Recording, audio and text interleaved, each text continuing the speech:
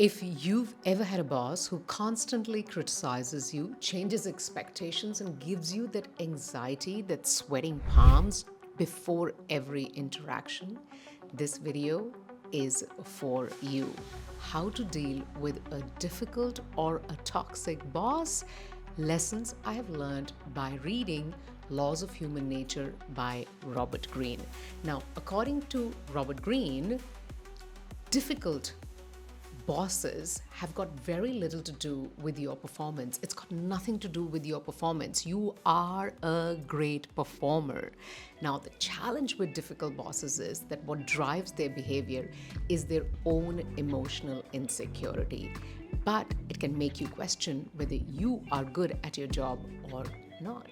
Welcome to the channel, everybody. My name is Anjalisharma. I'm the founder of a multinational story practice, helping clients such as ByteDance, TikTok, Google, LinkedIn, Microsoft, Dell, Shell, and many more. But I'm here on this channel to do one simple thing, which is to help you tell your story so that you can steer your success. Difficult bosses can really shake your confidence and, dare I say, destroy your careers. In my 25 years of working career, I have had one really difficult and toxic boss. So in this video, I have integrated the learnings from that experience that I've had, conversations with many of my clients who continue to have difficult bosses, and the learnings from a book called Laws of Human Nature by Robert Greene. Robert Greene is one of my favorite authors. I have recently read his book Mastery, which is also excellent. In his book Laws of Human Nature, Robert Greene specifically talks about dealing with difficult and toxic people. So in this video, I'm going to divide the entire content into 6 mini topics for you. And when you go through these 6 mini topics, it will help you navigate the difficulty with a toxic or a difficult boss. Because you know what? Leaving an organization is not always an option we all have. Okay, so first topic, let's try and understand, why do toxic bosses exist? Why do they exist? Now, according to the Laws of Human Nature by Robert Greene, the power that people get in leadership role rarely ever builds emotional maturity for them. So it does not mean that now you're a leader and you will become emotionally mature and you'll be calm and you'll be collected. But when you get power, what happens is whatever is inside you actually amplifies even more. So if you have emotional insecurity, the power will amplify it even more. So here's a common scenario. A boss micromanages everything that you do. That has very little to do with the trying to create excellence in your work. What they're really trying to do is to control. Difficult people thrive on being able to control. Now, they can't control their emotional insecurities. So what do? They control their environments and people who are in those environments. Now, you would probably think like, so even if I know that, how does it help me? Well, it really helps you, because when you see a toxic boss or a difficult boss, what you have to start doing is to stop questioning your self-worth and saying, am I even good? I remember when I had a difficult and a toxic boss, it used to really make me doubt my own abilities. So when you see a boss like that, when you experience a behavior like that, you should never question yourself, but you should have a different question, which is, what emotional insecurity is driving this behavior?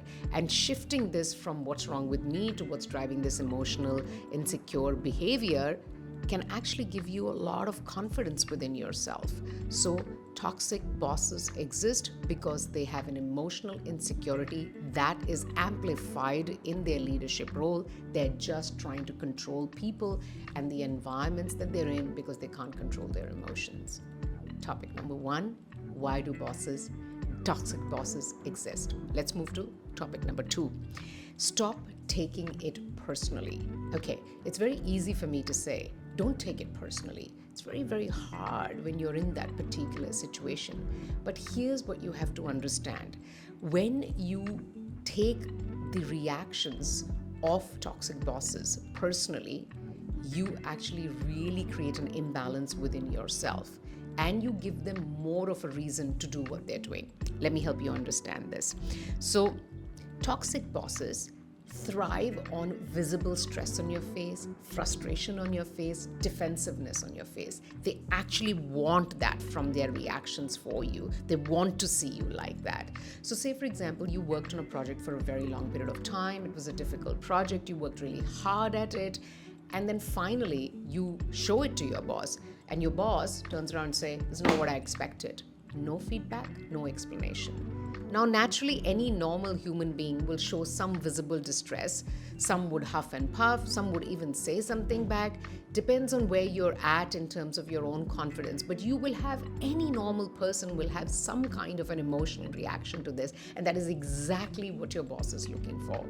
But if you hold on and you don't do that, even though you have a chaos inside, and you calmly say, "Sure, could you please tell me which particular part of this is not aligning to your expectations?" Now you have taken the power away from your toxic boss to be able to thrive, because he or she was looking for you to actually get distressed and frustrated. That's their fuel, but you're not giving it to them. So you're taking their power away from them. So even though there's a lot of mess within you, you have to project extreme calmness, because that's not what they expect and that's not what they want. But if you do that, it actually really distresses them. Now, let's move to topic 3. Read patterns, not personality.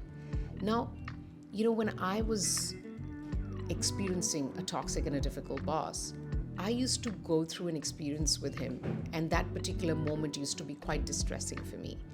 And I used to most of the time end up thinking that I'm really not good. For all these years, I have lived in this illusion that I'm good at what I do, but I'm really not good. But a trusted advisor, a friend of mine, actually said to me that, "Why don't you start documenting? Why don't you start writing what happened today and see if there are patterns that emerge?" And I started noticing, after documenting, that these patterns emerged, which really gave me the confidence that it was not me. So notice patterns. For example, your boss praises you privately but publicly criticizes you.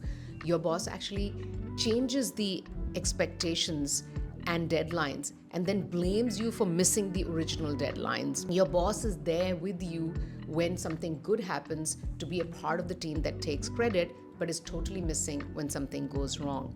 When you start seeing these patterns emerge, it kills your own self-doubt, that you start feeling, "Oh my God, I'm not good."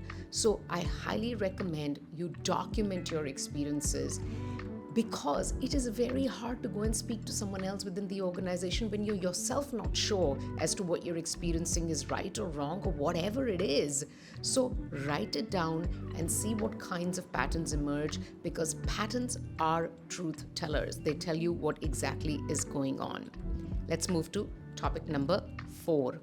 Respond strategically, not emotionally. This perhaps was my biggest learning in dealing with a toxic boss. So in Laws of Human Nature by Robert Greene, there's a message: emotional reactions weaken your position. So say, for example, it's late at night, and I've personally experienced this, and you receive a nasty, aggressive email from your boss.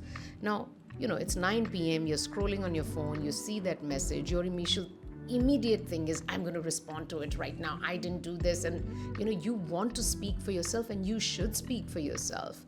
But you know what? In that moment, your response will be filled with a lot of emotions, and that is exactly what the boss is looking for.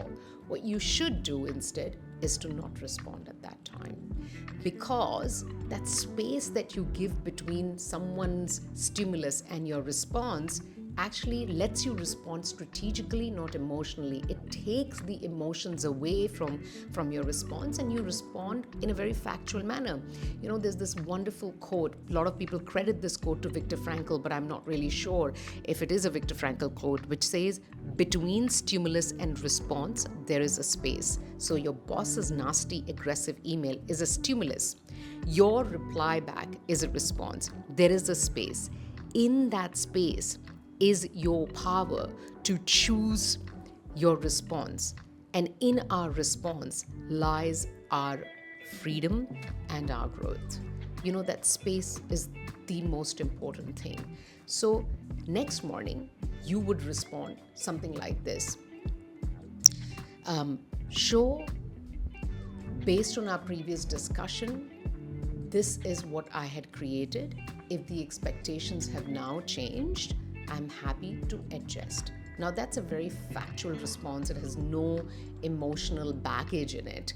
And once, as I've mentioned before, if you respond like that, then you take their power away from them because they feel like you are unaffected. This kind of detachment is actually not weakness.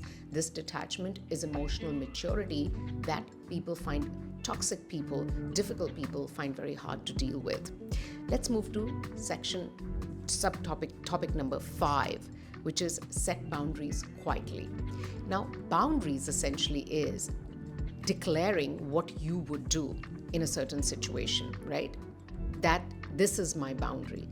It's very easy to create boundaries with your children. Like, for example, I can say to a toddler that between you and me, between the lift buttons in an elevator and you, I will stand and you will not press any of the buttons. If you press them, you will be out of the lift, right? Like, you can set a boundary. It's easy to do with children when you are in a position of authority, but it's very hard to do that with our bosses. So you have to think through carefully. I'll give you a personal example. So one of the things that used to emotionally distress me was that my boss would just come stand right next to me and start asking me questions about, what happened about this thing yesterday and what's going to happen. And the way he would ask it had so much of that, that aggressiveness in it that I would emotionally feel thrown off.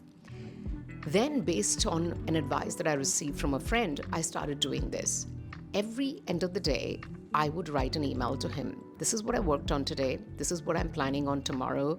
These are the things I need your approval on. It removed him from there.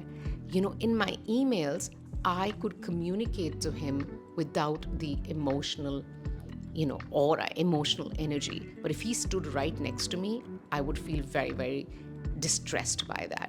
So that email became my boundary. And I realized that as I started doing that, he stopped standing there, because even if he wanted to come and distress me, what is he going to ask? Because I'm already every day giving him the information that he needs. So you have to think about how can you proactively create quiet boundaries that would reduce the amount of interaction that you would need to have with him. The only time I prefer a WhatsApp or an email communication over a face-to-face communication is when that person's energy actually I don't like. I find it very hard to talk to them. So there are people that I find it very hard to talk to, very emotionally distressing. I would WhatsApp or I will email. I do not want to talk to them in person and experience that negativity.